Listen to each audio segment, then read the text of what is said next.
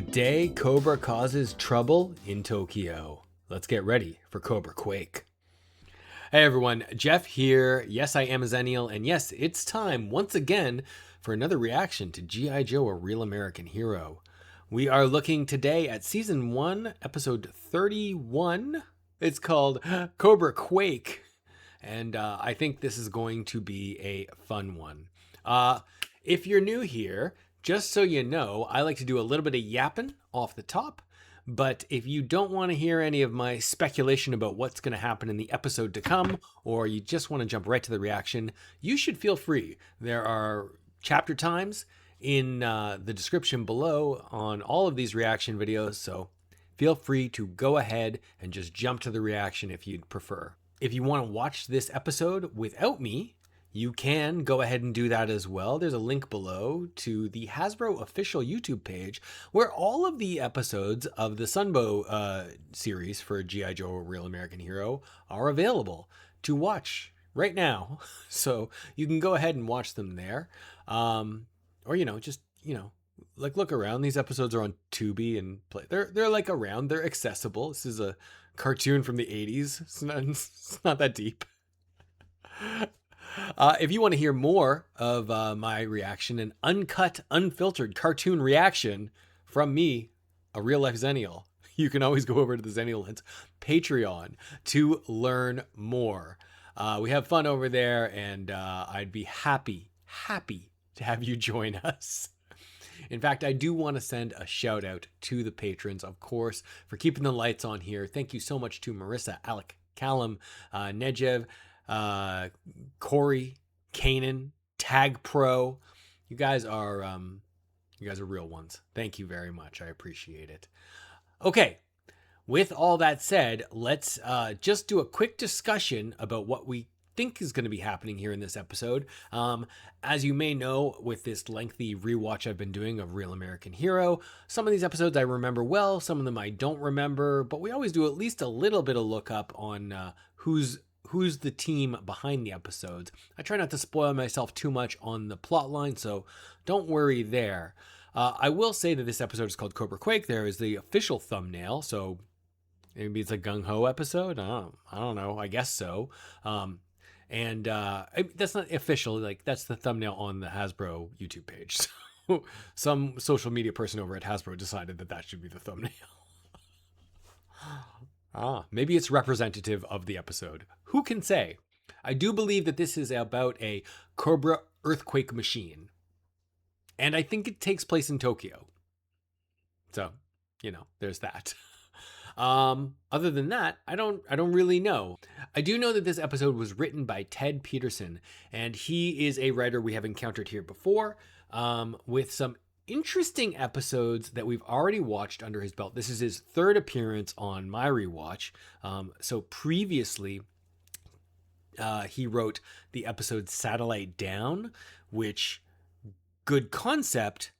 I really didn't like what he did with Storm Shadow in that episode. Great to see a Storm Shadow like heavy episode, but I really thought that he undercut what Storm Shadow is all about. So I didn't like that at all.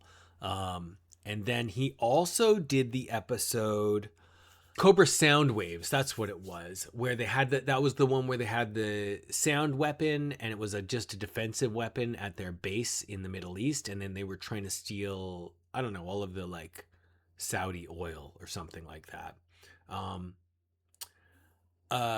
Some interesting concepts.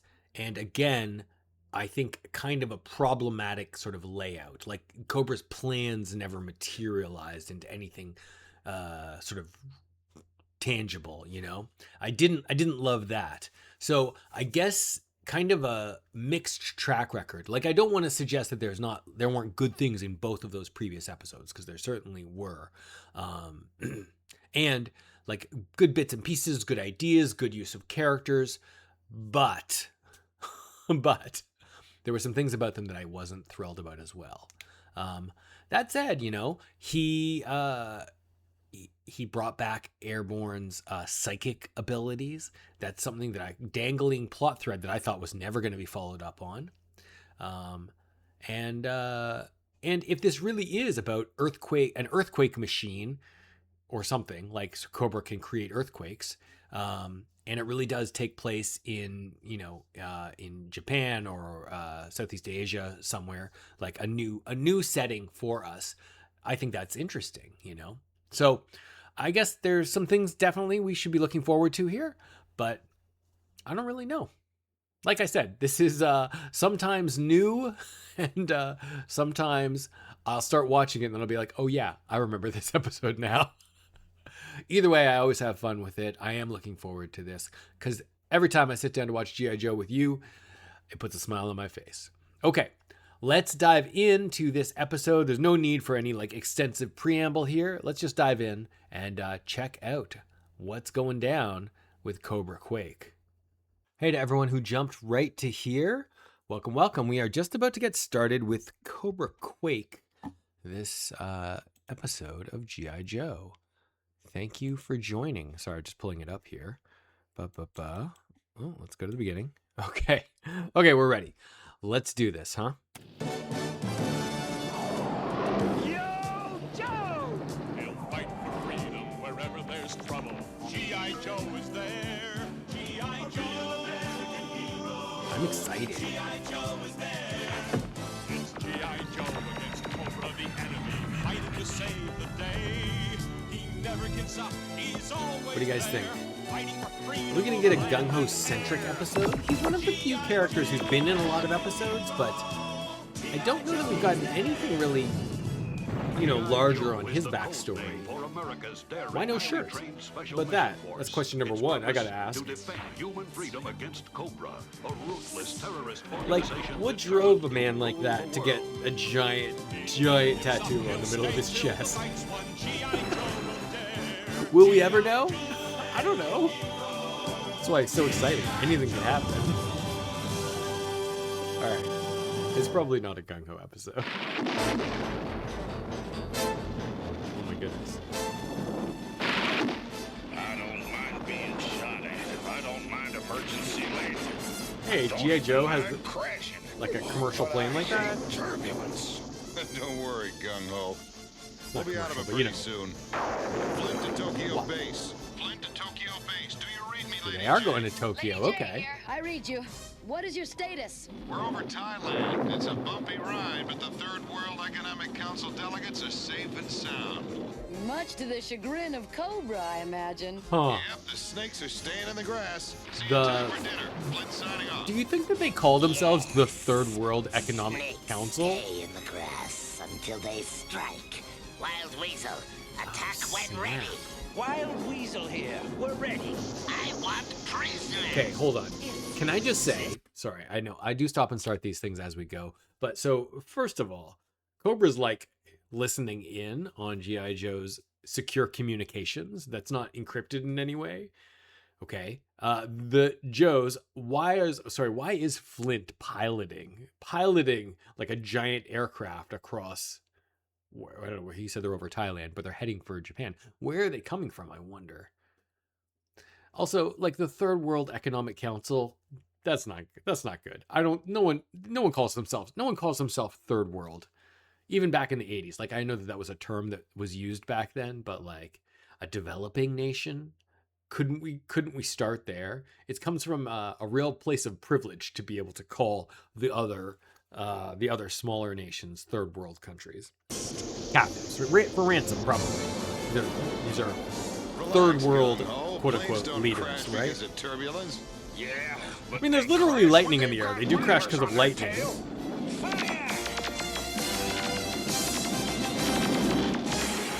And if there was concern, why don't you have an escort of fighter jets? GIJoe. Land your plane or face the consequences. There's your runway, GIJoe. Now land. This doesn't seem like a very good runway at all. Just sit tight. We'll come Oh, they out and definitely get would've you and your crashed. distinguished passengers. Sure enough. Tell the passengers to get ready. But I bet the whole thing was a distraction, and really the passengers are actually Joes, aren't they? Is that what's gonna happen? Yo, Joe! Yo. Look at him. Thunder with the slugger. Come on, everybody. Let's go. Let's go. I feel like if they were like, we're going to spring a trap on Cobra, they'll never suspect. They probably could have done a better job than this one. Sorry. Can the Silver Mirage now fly?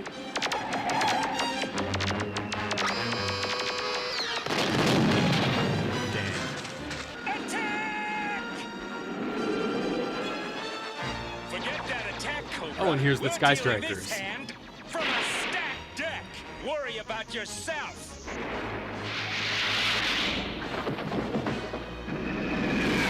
Okay. Good. So do they capture Wild Weasel now? Get ready to cash in your chips. Dude, come on. I know you're an ace pilot, Ace, but still, that's a crazy, crazy flying maneuver.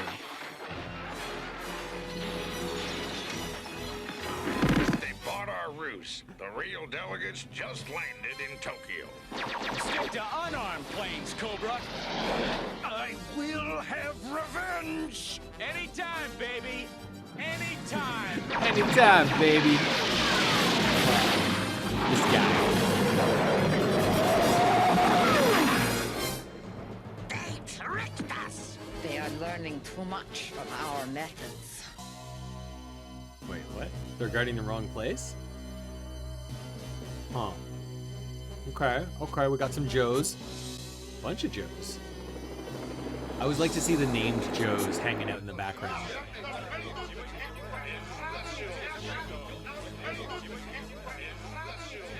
Typical conference, people just shouting at each other. How do they ever resolve anything at these meetings? They usually don't. They just blow off steam. Better than Cobra blowing them away. What's our reinforcement status in case security isn't strong enough? We've pulled in everyone we've got, except Bazooka, Quick Kick, and their trainees in Hokkaido. Oh, we got trainees? We got new Joes coming in, maybe? Japanese Joes? Tell me How it's did I Jinx. do, Bazooka-san? Nah, it's not. That's it for now. Taeko got the better of you. So what? Taeko. Punching is better than judo. Quick Kick, did I injure him? No, sweetheart. You just gave him a bump in the pride. Oh, where is the pride?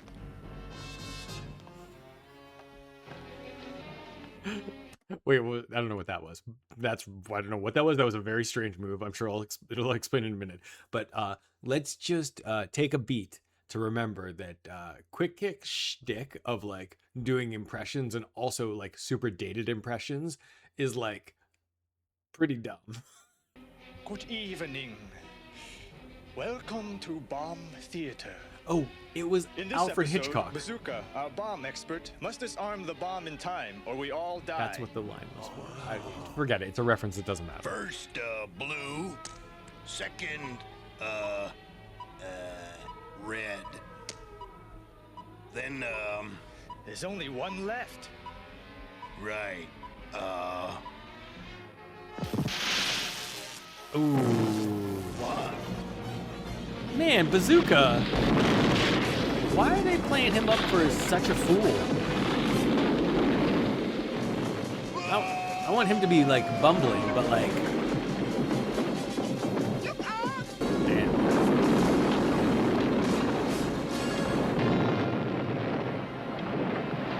Uh-oh. You're not gonna kick your way out of this one, Quick Kick. Evade! Evade! Huh. So you gotta wonder, like, are they training these trainees, these people to be GIJoe recruits? Like, because you think about it, do you guys know, like, there's almost no international GIJoes. It's always been sort of a sore spot with me as a Canadian. There is technically one Canadian Joe member. We'll talk about it when we get there. He's not till the Deke series. He's a driver, and he doesn't seem like such a good guy.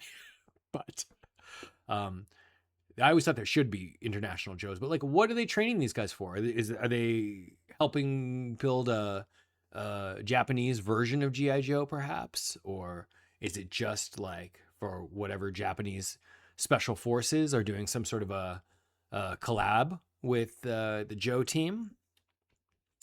Who can say? Will Taeko become a GIJoe member by the end of this episode? Was it Taeko? That was her name, right? The quake is over. Everybody make it? Everybody is here. Except Bazooka. Bazooka. Roll some roll! Bazooka? Yo. Maybe green, then red. Figure it out later. We've got to get to Tokyo. Okay. The Just an earthquake earthquake. test went perfectly. GIJoe's training camp is in ruins. The camp is nothing. The next target is Tokyo. But first, we need some information. Leave that to me. Oh. Don't forget, Baroness is, of course, the intelligence officer. Flint, the Hokkaido quake was 8 on the Richter scale. Everything was leveled. I don't get it. There are no active faults in that area. And Bazooka thought he heard Sorry, some explosions. Aren't just there active faults everywhere in Japan? We'll have to verify that if there's no active faults near Hokkaido. But that doesn't sound right to me. before the quake started. Oh, then it wasn't a natural phenomenon. It doesn't make sense. When Bazooka gets here, I want you both to meet with Japan's leading seismologist. His name is Dr. Morita. For security reasons, we've arranged the meeting at an ancient Shinto shrine in the outskirts of the city. Oh, really? Fancy. I guess they're like leveraging the culture as they are, you know, Shoes the off. Joes in Japan.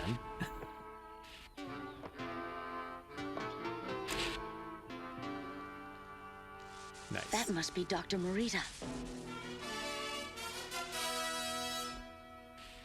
Oh, is he being captured? Hey! Cobra. Dr. Morita! Huh? Wait, you guys aren't priests? So nice of you to come rescue me. Storm Shadow. So sorry. What is this? Look, I know GIJoe. I don't know everything about GIJoe. There's a lot to know, but this is new to me. I did not know that Storm Shadow had like a bunch of acolytes who dressed exactly like him. Is this a thing? Is it? I mean, obviously it's a thing. It's in this episode, but like, is this like a known thing? Have I just like been unaware of this the whole time? Has he always had like a group of pupils or whatever, whoever they are? This is weird, and it feels odd, and it makes kind of him like a little less special, maybe? Okay. Here we go.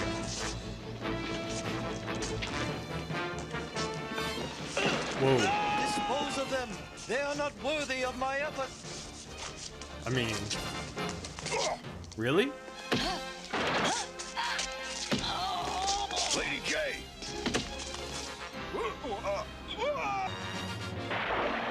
Into the koi pond.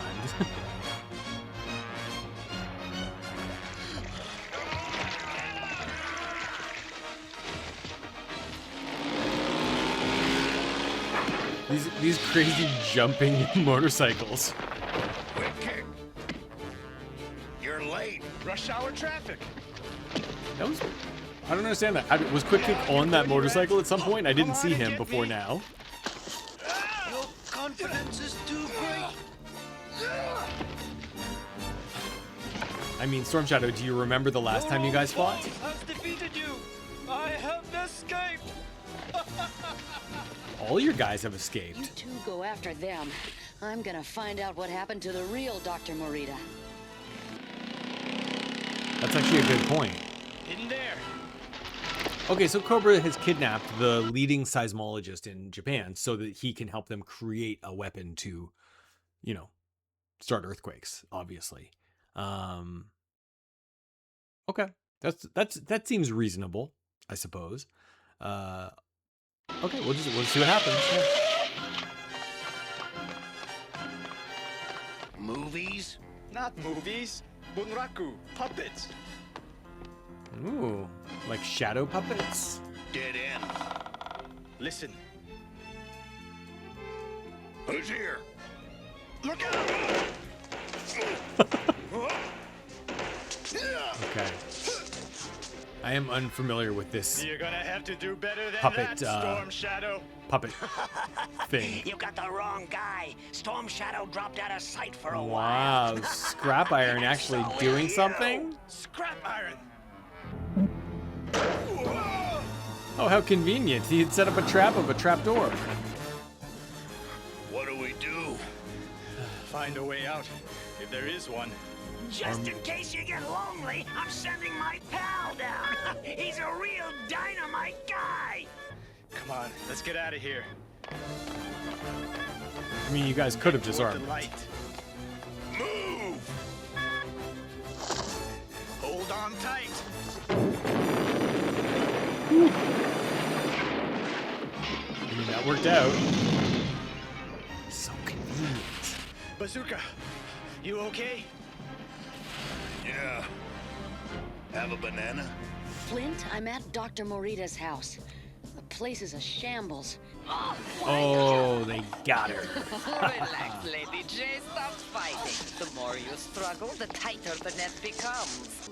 Lady J's in Oh, trouble. interesting. She's activated her homing device. That's good. Quick kick. I want you, Bazooka, and Taeko to follow her signal and rescue her. And Taeko, the trainee? Okay. Oh boy. Landmine. I'll disarm it. Leave it, Bazooka. Yeah. Well, okay. I don't love this running gag of like Bazooka is like not competent at his job. It's yeah, it's a little upsetting, right? And also like, come on, Quick Kick, support your buddy, right?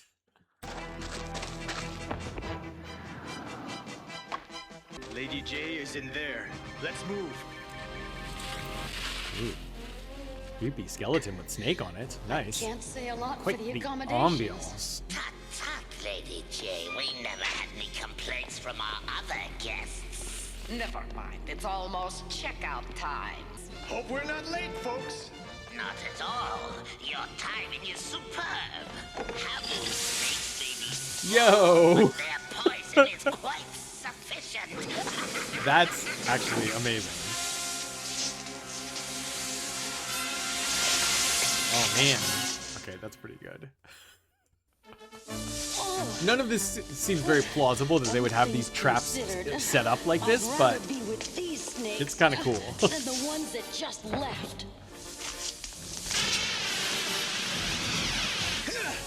Yeah. What? At least these know. How when come they're it not freezes them solid? What are you spraying on them, like liquid nitrogen? That doesn't make sense to me at all. Dr. Morita has pinpointed where Cobra must have planted the bombs.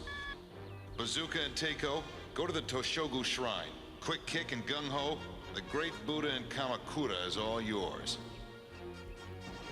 Okay. Lady J and I are heading for Mount Fuji. So now it's like on a time sort of fetch quest like. You don't have to remind me. According to Dr. Morita, Yeah, you probably could have it just should called be like local right authorities. about Here.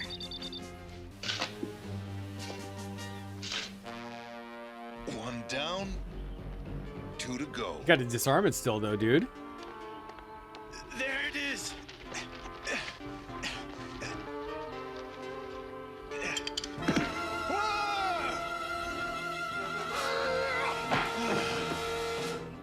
What a catch. That's what I What a call guy. catching a bomb in the end zone. Okay. It's hidden, but where?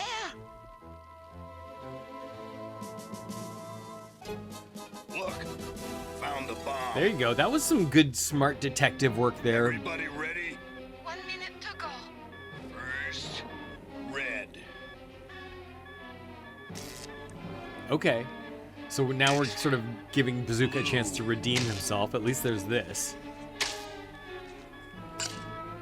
Okay, there are two left. Which one do we cut next? Yellow. Or is it black? GIJoe definitely has experts at bomb defusal. They're just talking it through on the radio, I think like. I know what comes next. Yeah, yellow. Alright. Uh-oh. scrap iron's back. That guy's always causing trouble. The bomb. I'm just kidding. He's never Gonna causing blow. trouble. He's been in like one Maybe episode not. before. Oh, is she gonna throwing star it? Good. Finally, I got you to say something nice. You grab it. That feels like inappropriate.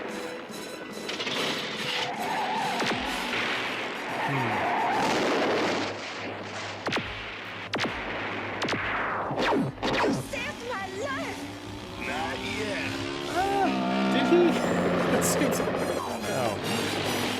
Jump!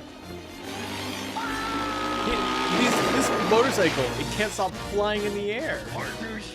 Partners. Okay, good. I thought she was about to kiss him, to be completely honest. I can't eat this stuff. Well, everybody, the conference was a success. Everybody seemed to put away their narrow-mindedness and agree on a few things. It was great to see, and none of it would have happened if we hadn't stopped Cobra. Kampai. Octopus. Yuck. It is a delicacy. Just eat it, Bazooka. Phooey. Hamburger's better.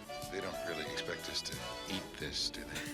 Oh, come on, Flint. Be a little open-minded. It's just. The mind is open. It's my mouth that's shut. Oh, you guys. Then our hosts. This is so 80s, I man. think it just grabbed my chopsticks.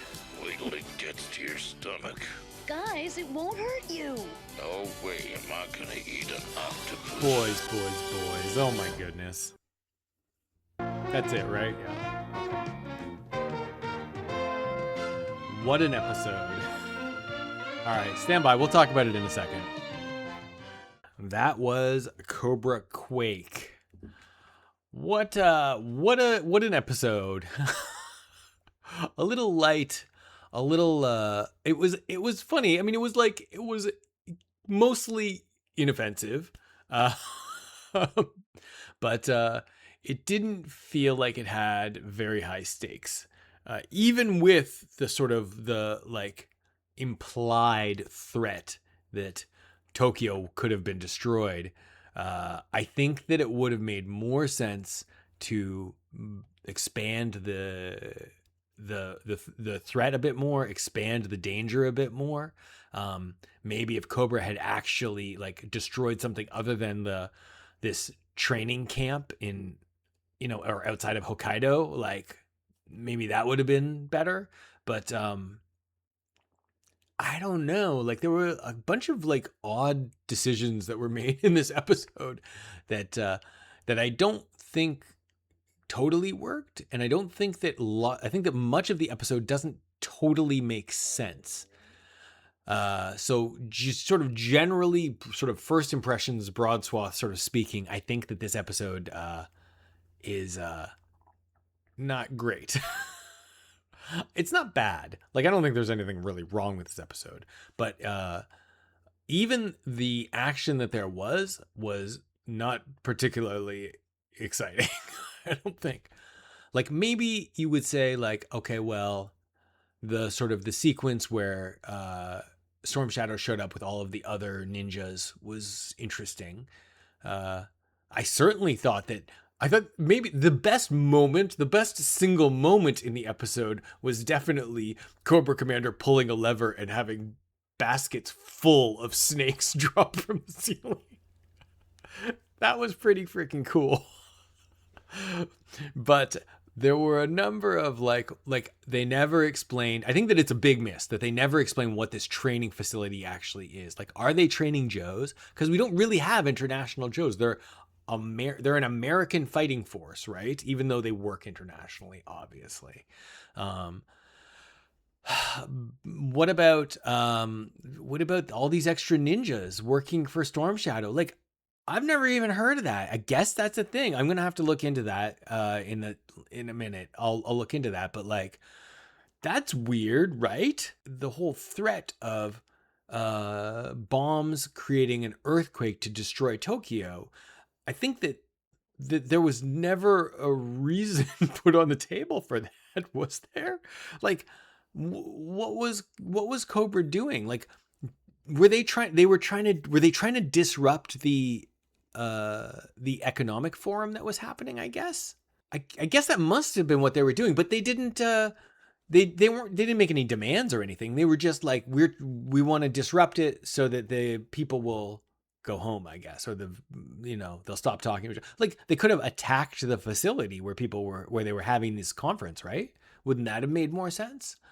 They could have done a lot of things. I think that would have made more sense. On a small scale, I also really want to note that the Silver Mirage, that's the name of that motorcycle that the Joes have. Why did it like fly in the air like 3 or 4 times? Like, there was like a number of times when it was just flying through the air. It's not a flying, this is not Mask. This is not a flying motorcycle. They jumped it. Like, if you're going to do like, oh, we jumped it so it ran into a helicopter or something, like, you could do that once. I'll give you one, but this isn't the A-Team. And even in the A-Team, they wouldn't do that more than once in an episode, right? Come on. It was odd. It was very odd. Was there a point in including Taeko? Was there a point in making Bazooka like look like incompetent? I don't love that. I don't like, if they're incompetent because of like Shipwreck's a hothead and so he's going to get in a bar fight. That's what I want. That's where it's like, it's character motivated, and it really has nothing to do with his like professional, like doing his job. You don't become a Joe unless you're like damn good at what you do. I really don't like the way they've characterized him here, and I don't think that they should ever make any of the Joes seem like bad at their jobs. I think that there was some weird decisions around how they framed the story. There was some weird sort of structural sort of decisions around, sorry, there's a dog barking in the background. There were some weird sort of structural decisions around like what the story was.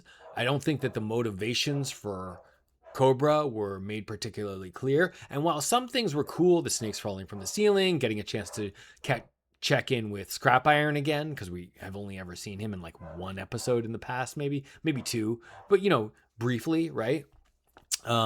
Those things were kind of cool, but I don't think that makes up for sort of the larger sense of like, what the hell is happening here in this episode? I guess overall, a bit of a mess. All right, I'm going to go step away for a minute. Sorry, there's still a dog barking in the background. I'm going to take care of that. I don't know if you guys can hear it, but I'm going to step away for a minute, and I will take a look and see if I can figure out if there's any trivia, tropes, or takeaways from this episode that we should be considering before we put this one to bed. Hey everyone, I am back, and yes, I've thought a little bit about this episode, so we're going to go through a few bits of trivia and try to answer the questions as best we can that we might have about Cobra Quake before we get into the tropes here. Okay, so I don't want to kind of go all over the place, so maybe we should start with the characters. Taeko. She's a character. She is one of the pupils. She's obviously the only named pupil in this episode. She only appears in this episode. There is not an explanation given as to what the Joes are doing training, these Japanese forces in like whatever judo. I guess they were judo training and bomb defusal. Just bomb defusal. Defusal? That's the word, right? So I don't know. On the other side of the equation, the Storm Shadow's army, his group of guys who are dressed like him, are actually noted as ninja troopers. So they are his pupils. They are his pupils, his trainees. But I don't know that totally makes sense. There is even on the fandom page, they don't explain why they have the white outfits like him. In the GIJoe sort of like larger lore, there are, what are they called? They're called Cobra Ninja Troopers. They're basically Ninja Vipers, but they wear blue costumes. They did make a figure of that in 1992, so like much later than this, but it was a mail-away figure anyway. So like there's no reason why there couldn't be people who want to be like him and emulate him, or students that he's training. I don't know that it makes sense in terms of the larger continuity to have them dressed like him. I think that that could be pretty confusing for the viewer, especially kids. Like, what if there was one of his pupils in a solo shot?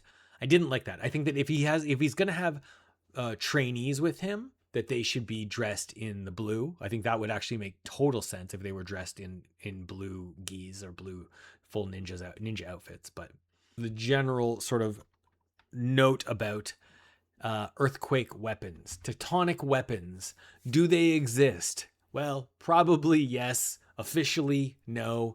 The USGS, they have concluded very clearly that you cannot, at least through explosions, either cause or prevent earthquakes. The biggest problem is a matter of scale.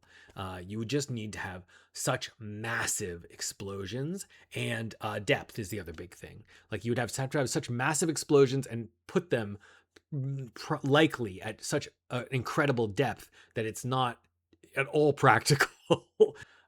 Is Hokkaido and or Japan in general subject to a lot of earthquakes? Yes, of course, there are so many fault lines around Japan. It's the meeting of like 4 tectonic plates, there's the Eurasian plate, the Pacific plate. Yeah, no, there's a meeting of 4 tectonic plates, and then they cross right across, like by where Tokyo is. And then they cut across Japan. Hokkaido is like north, right?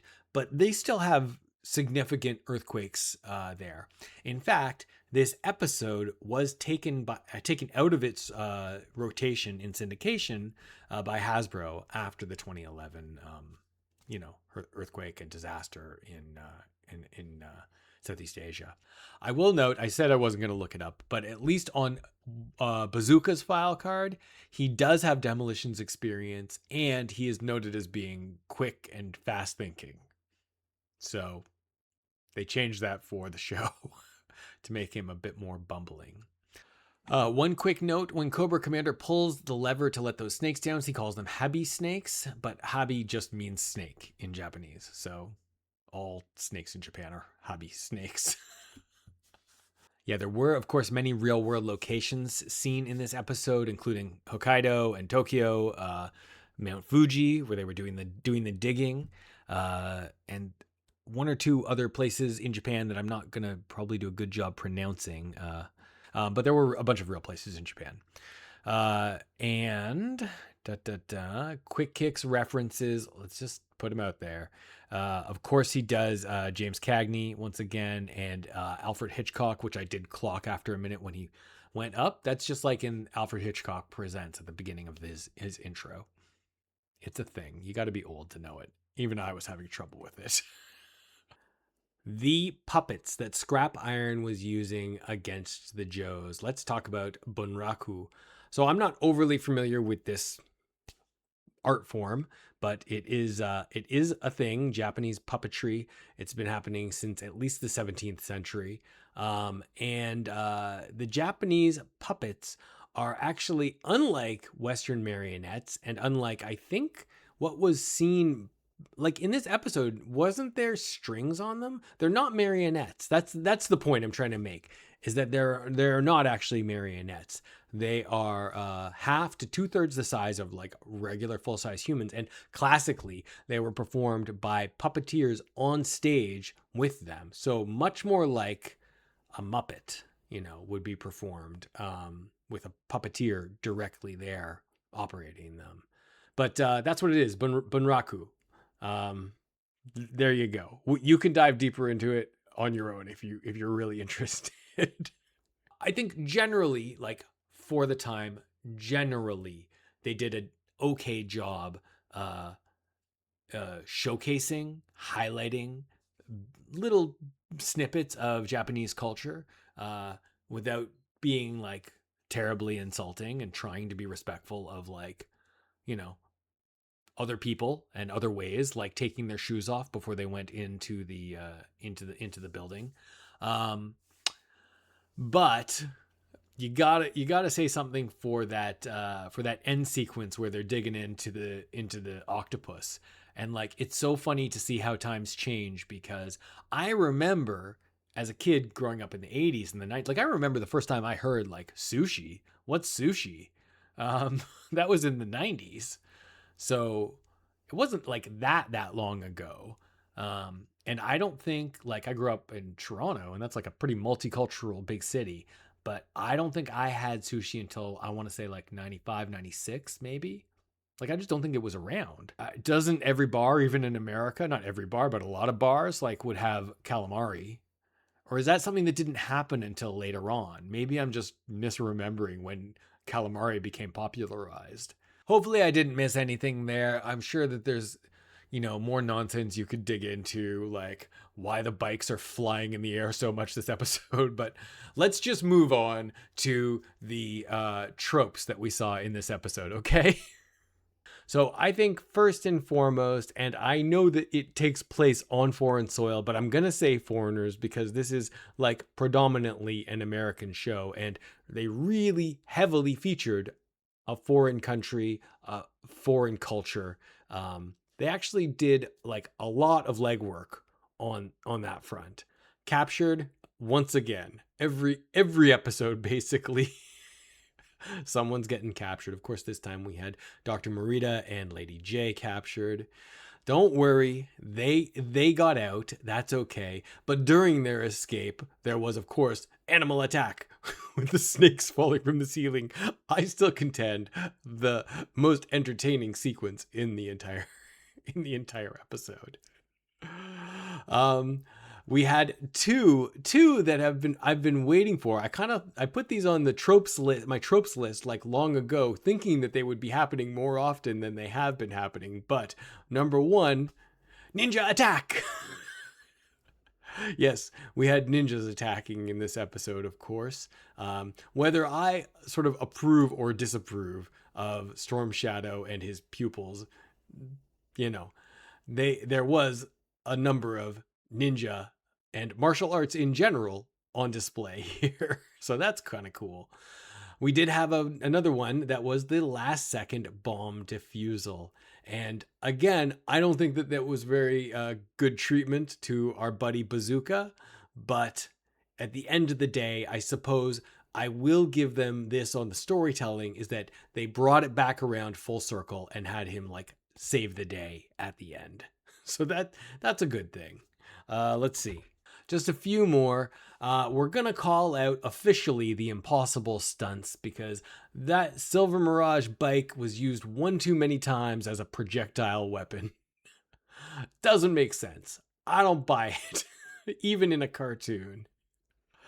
World landmarks. We had everything from Tokyo to Mount Fuji, which I guess is right by Tokyo, isn't it? But we had some clear world landmarks seen in this episode, some real world places seen in this episode, and that's kind of cool. And finally, in that final sequence, let's eat. Yep, time to dig into some delicious Japanese food, which is weird and strange to the Americans in the audience. So there's that. Let me know if I missed any of the tropes that you saw in this episode, and I guess thanks for playing along. It's kind of a fun thing that we like to do when we're overanalyzing these episodes. Anyway, for my money, I think that this episode was very middle of the road. I think that generally speaking, they made some missteps here. Some missteps with Bazooka, some missteps with Storm Shadow, some missteps with the sort of lack of like punch to the episode. And, it could have been stronger.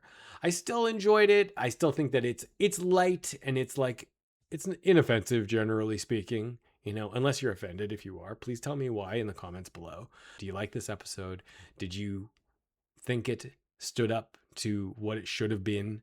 Do you think that they made a misstep, making Bazooka just a big dum-dum? Okay, that's my take. Thanks for joining me, and we'll circle back for more GIJoe next time. I'll talk to you soon. Yo, Joe.